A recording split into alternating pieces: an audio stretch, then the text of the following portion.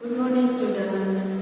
આજે ધોરણ 1 ગણિતમાં આપણે ચેપ્ટર 9 માહિતીનો ઉપયોગથી કરી છે। આજે આપણે પાર્ટ 4 કરશું। આમાં બીજી વસ્તુ કાંઈ નથી, ખાલી જો વસ્તુ આપેલી હોય એમાંથી આપણે શું માહિતી મળે છે, એમાંથી આપણે શું શીખી શકીએ એવું છે। તમને રમતા રમતા શીખી શકો, એકબીજા જો ભાઈ દોસ્તો સાથે બેસીને પણ આવી રમત રમી શકો, એમાંથી તમને મળે। હવે અહીંયા મેં અમુક ચિત્ર દોરેલા છે, ફળના છે, તો બસ ઈ કેટલી હરોળમાં કયા વધારે છે, કયું ચિત્ર ઓછું છે એ જ ખાલી આપણે જોવાનું છે।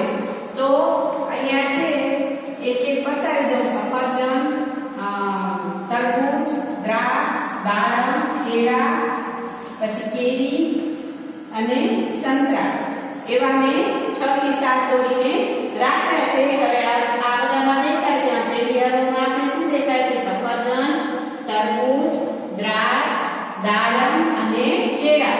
તો પહેલો પ્રશ્ન આપણો શું છે? કયું ફળ એક જ હરોળમાં આવે છે? તો હવે આટલા બધા પિક્ચર છે, એમાં જો સફરજન ઘણી બધી વાર છે, તરબૂચ પણ છે, દ્રાક્ષ પણ છે, દાડમ પણ છે, કેળા પણ છે, તો વધારાનું કયું છે? સંતરું પણ છે।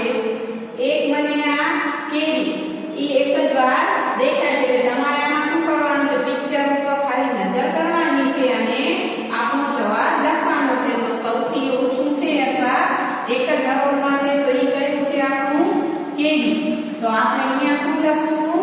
કયું ફળ એક જ હરોળમાં છે? તો એક જ હરોળમાં કયું છે? તો કે કેરી। તો અહીંયા શું આવશે? કેરી। હવે સમજાણું કેવું છે? સાદી સી વસ્તુ છે।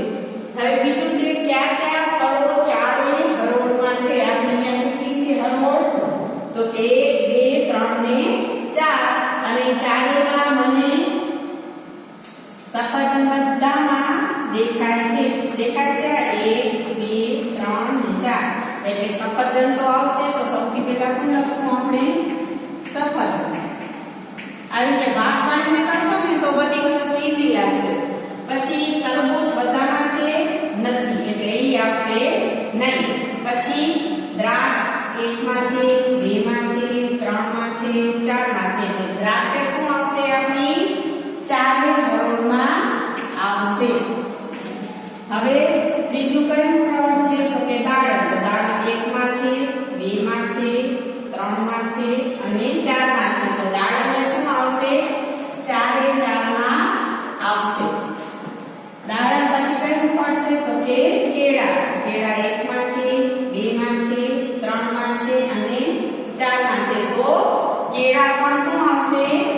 ચારે 4 માં આવશે। આપણે 6 ફળ દોરેલા છે। હા, એક સંતરું છે, તો સંતરું પહેલી લાઈનમાં નથી, એટલે સંતરું આવશે નહીં। અને બીજી છે કેરી, તો કેરી પણ આવશે નહીં। અને ત્રીજું છે તરબૂચ, એ બધી હરોળમાં નથી। તો આપણે કયા કયા ફળો ચાર હરોળમાં છે? તો કે સફરજન, દ્રાક્ષ, દાડમ અને કેળા। આપણો જવાબ પૂરો। આવી જ રીતે કરવાનું છે।